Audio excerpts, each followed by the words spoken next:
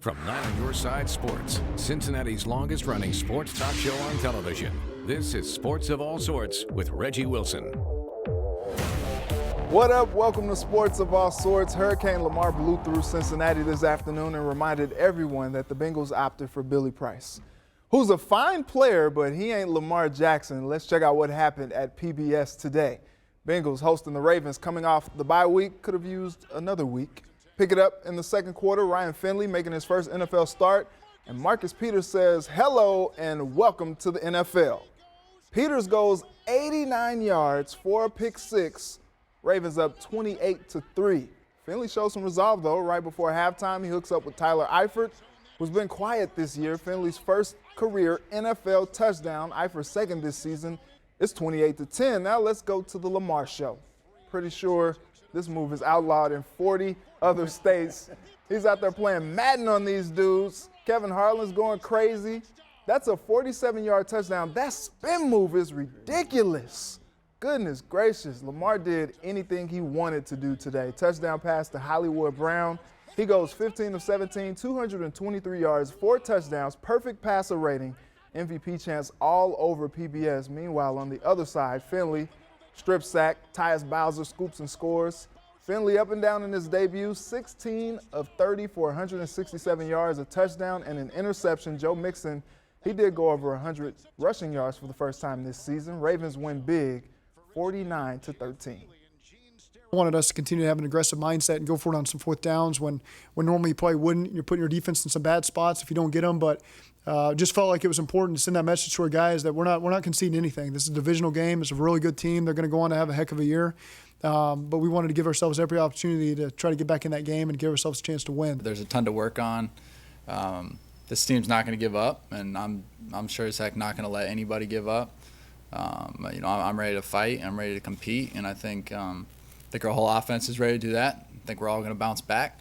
We got a great opportunity next weekend against Oakland. All right, I got my Bengals with me tonight. Joining me is Jim Breach, the Bengals all-time leading scorer, and Rodney Heath, former Bengals cornerback for 3 seasons. And I feel like this team could have used both of you all today. How about that? I don't think they need much kicking.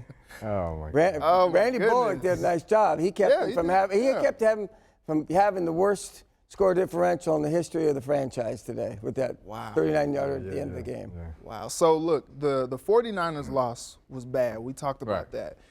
Today felt worse. Was there any positives that you all would draw from a game like today, other than that they're getting the first overall pick? Well, I think actually coming off a bye, I mean, you kind of look at this we spoke about this before. I mean, it's pretty daunting that, you come out and you want to prepare. I mean, you preparing for an option. I'm speaking from the defensive side. You're preparing for the option, and Lamar is a great player. I mean, and that offense is actually very good, and they know they have an identity, and they know what they're trying to do. They want to run the ball, and he can throw the ball well.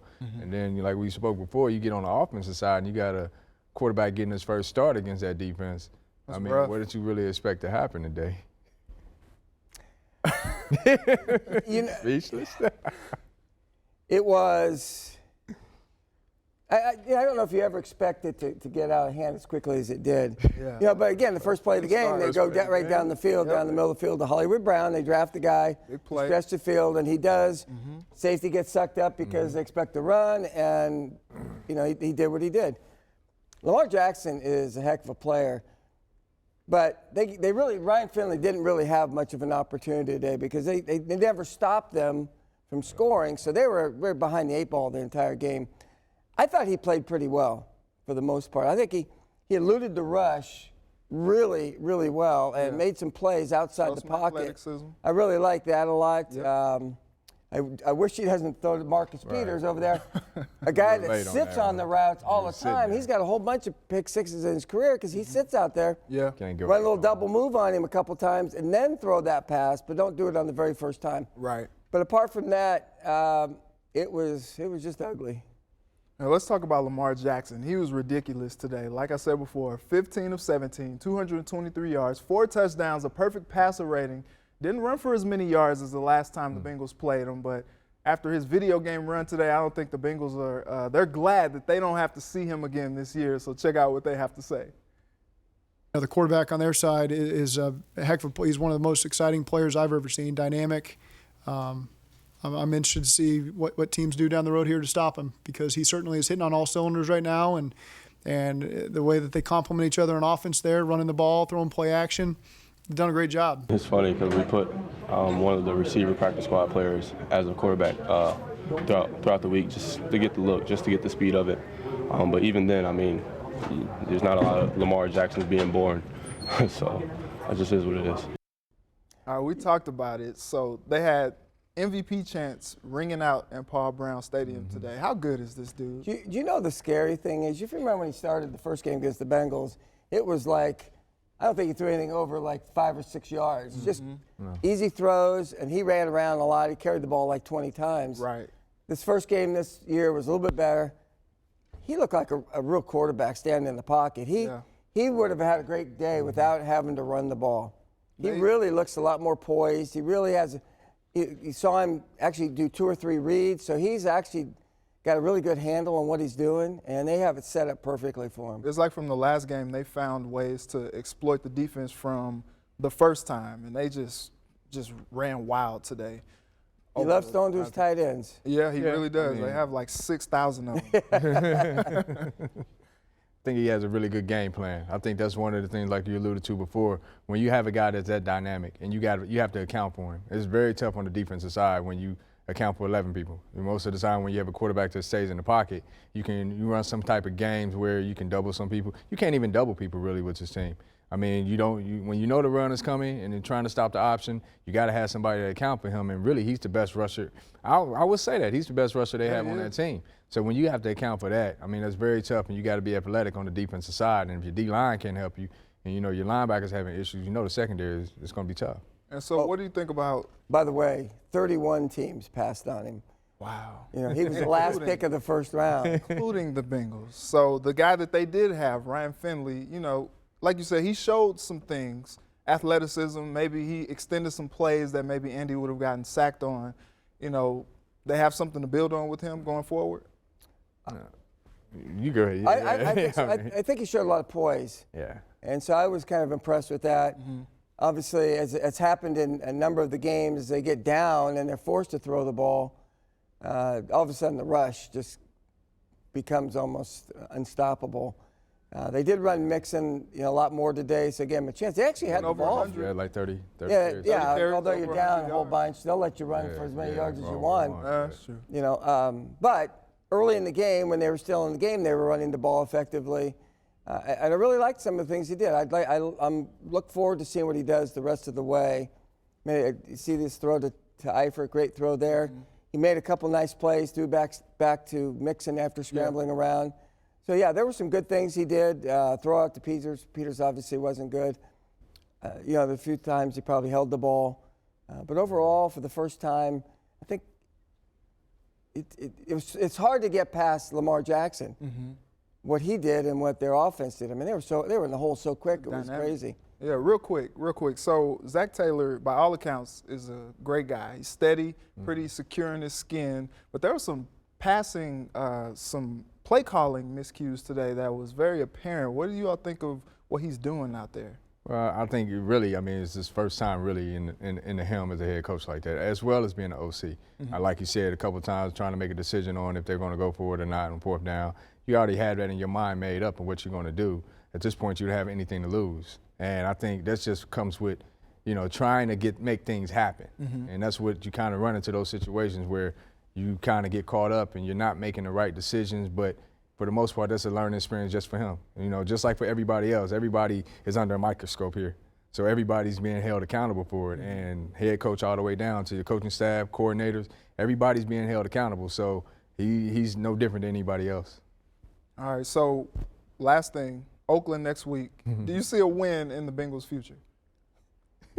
Yeah. Don't laugh, Rodney. Yes, potentially. Sure. It's just where? Which game? No. Okay. I'd put money on it if I knew when that was going to happen. I mean, it very well could happen, although Oakland's playing really well right now. They have Miami, who's playing pretty well. Yeah. The Jets coming up. There's some games. Both of those teams. You just know Cleveland, we can say the same thing for that too. Yeah, they might get on the road. Who knows? I mean, I know they got to fix that side on defense, though. I mean, that's one of the key things that we talked about before. And if you can get that fixed, you know, you can get the offense a lot more opportunities to try and do their thing. So. All right, well, I appreciate you all taking the time. You made it through, Rodney. I appreciate that. Some laughs, but it's all good. It's good, We'll do it again next week. Thanks, guys. All right. Thanks, Rich. All right, we'll be right back talking hoops. Welcome back. UC dropped the opener to Ohio State last week in the first game of the Coach Brandon era in Clifton. Joining me tonight to talk about those Bearcats is UC color analyst Terry Nelson, who was also a member of the '92 Final Four team and 2015 Greater Cincinnati Basketball Hall of Fame inductee. Terry, did I get everything right? You didn't get my intro. I had a musical intro with some Snoop and all that. I missed that. Come on, man. We had to get Warren G. You got to make your own intro. Next time? Yeah. I got you. Right, got you. Thanks for taking the time. How you doing Good tonight? to be here, my man. I'm good. Good. So I made the joke on the night, it was Wednesday when they played that first half set basketball back like 80 years. You were there. What did you think of it? Great defense by Cincinnati, not being able to convert offensively. Cincinnati should have been up by 15 points in that first 8 minutes where they really dominated defensively. They couldn't get anything to go. They had 6 interior fouls in the first 6 minutes. You know, both their bigs got in foul trouble. Volt had 2. Cirillo had 3. I believe Trey had 1. So they got in early foul trouble, and it just sort of messed up the chemistry a little bit because there was so much fouling because at the 12-minute mark, Ohio State's already in the bonus both halves. Wow. So when you say it put it back a long time, it did set it back, but I saw a lot of back cutting, a lot of movement with the ball, and it was just impressive to see them come together in such a short amount of time. I mean, enthusiastic to see what's going to happen in the next couple games. Yeah. So, you know, there was a lot of complaining about officiating. It was bad. Yeah. It was bad. But at the end of the day, not the Buckeyes, but UC has to just drop shots. They weren't making enough shots. That was a very winnable game. You know, what do you see from them going forward? Maybe was that just a bad game, or is that something that's maybe problematic? Combination of both things. I don't see it as problematic. I believe in Brennan and what he's doing as far as installing a system. He's probably only has 45% of his system installed right now. He's only had 2 weeks of a full team practicing together. Jaren's been hurt. Trevor Moore's been hurt. A lot of the freshmen have been in and out. Jeremiah Davenport has been hurt. He's only been back 2 weeks. So to get guys, Cumberland's out of shape. So to get guys back in shape into what the flow they're trying to do. So in trying to install this system with everybody on the sideline and you using coaches and managers to practice is not how you build a team. He's going to get his team back. Jaren will look like the preseason player of the year and All-American. Nate Smith, all these other, you name it, watch list, he's on the watch list. Jerry West, he's on all these lists. But they have to get in shape. They have to trust the system. They have to unplug from last year's regime and just surrender to the will of Brandon and allow his system to take forefront, because all the scorers and shooters are going to have a field day in this offense. If I'm an offensive player, a modern day pick and pop 3-and-D type player, right, UC is a team that you definitely want to look at in the future because it's an exciting brand of basketball. You're going to pick up full court and you're going to have the freedom to play offensively. And I want to go back to Jaren Cumberland because you mentioned that he was out of shape. Was that the only problem? He struggled. It was 4 of 13. From the field, only 13 points. Was that a surprise to you, or was that to be expected from him considering what type of offseason he had? Well, it's to be expected because he didn't have much of an offseason because he was injured all offseason. He came back for a little bit, started to practice, and he got injured again. So he was out 3 more weeks, and he came back the last 2 weeks. So he hasn't had a rhythm yet. Normally, a guy like him, you would think he would be able to just show up and turn it on. He couldn't show up and turn it on against an 18th ranked team in Ohio State. They're very good defensively, but he's one of the best one-on-one players in college basketball. Yeah. So talking to Coach Brandon and understanding Jaren's strength, Jaren likes to go one-on-one. Coach Brandon likes the ball being swung from left to right. Well, he's going to be able to get that ball swung quicker so Jaren can have those one-on-one opportunities from the wing. Jaren likes to go one-on-one from the top of the key, so he has either way to go. So picture Jaren getting in shape. Picture him understanding where to get his shots in this system. Once he masters the system, the backdoor cuts, the screen and rolls, the pick and pops, things like that, he will be more deadly because he'll have more options. But when Coach Brandon puts this system in fully, it's about 10 to 15 plays that Jaren's going to have to be able to go one-on-one in certain types of in certain spaces in the game where he can get and carry the team for 10, 15 points in a row. Wow. For all you UC fans out there, that's pretty exciting. So oh, he can get it. Watch out. So you mentioned Coach Brandon's system. You know, first game, you know, he seems very steady. Yeah. He's a steady presence. Quite different from, you know, what Mick's Bearcats look like. You know, what do you like from him? I know it's only been one game.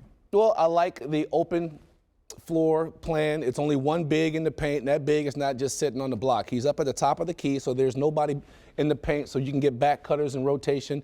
And then on the on-the-ball screen, the big diagonal cuts to the block, which creates a conundrum for the defense. Either you double the down on the big, which you do, you leave the corner open. So if I throw it to the corner, that's a wide open shot. Or if you say I'm going to hedge my bet and stay at the corner, the big is open for the down low dump. They'll have rolls to the rim. It's wide open. He is even temperament on the sidelines. Yeah. So when things are going bad, when things are going good, you can't tell. It's the same guy on the sideline. So if I'm a player, players are still making mistakes and looking over at the sideline.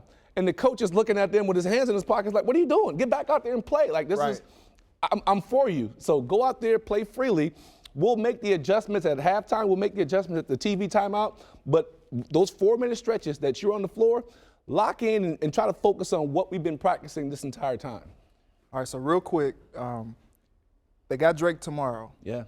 What are your expectations for them tomorrow and general for the season? Do you see them going back to the tournament like they did under Mick? Oh, yeah, they will go back to the tournament. I see, you know, Drake is a team that hit 17 three-pointers against Kennesaw State in their previous game. They will shoot it. They're very good for their conference. Cincinnati at home opener, new coach, new energy. Should be able to handle that one. Then we got Alabama A&M on Thursday. But for the season, just picture a team, the third strongest schedule in the country. So you're going to have tough games that are going to test your mettle. We already proven going on the road the first game without knowing much of anything about the new system that we can hang with anybody. Right. So we got a killer in Jaron Cumberland, one of the best in the business. We got multiple position guys that can do a lot of things. Let the process play out, as Coach would tell you, and then come see us right around Christmas time when we have some games under our belt, and then nobody would want to play us at that point. All right, Terry. Well, I really appreciate you taking the time. I'm excited to see this basketball season play out for UC. You know, Reginald means king. My first name is Reginald Terrence Nelson. So all right, you got king and king over here, baby. Reggie and Reggie. I like that. All right. We'll be right back. My boy, he's a one of one. You know, it's tough to come by another guy like him. You know, just in what he's doing at offense. The offense is different. Ain't really no offense really running that. You know what I mean? So at the end of the day, it's hard to get a guy like him. Again, I could just completely take over the game. You know, by the end of the day, I believe in every guy we got. You know, I still believe that we still could have beat them. I still feel like we're not a slouch team. Like I said, I just feel like as long as we continue to play together and don't quit, man, then we'll be fine. A lot of empty seats at Paul Brown this afternoon, but for those who did come, they were treated to the smooth play of Lamar Jackson, who looked more like Michael Jackson with those moves he put on the orange and black today.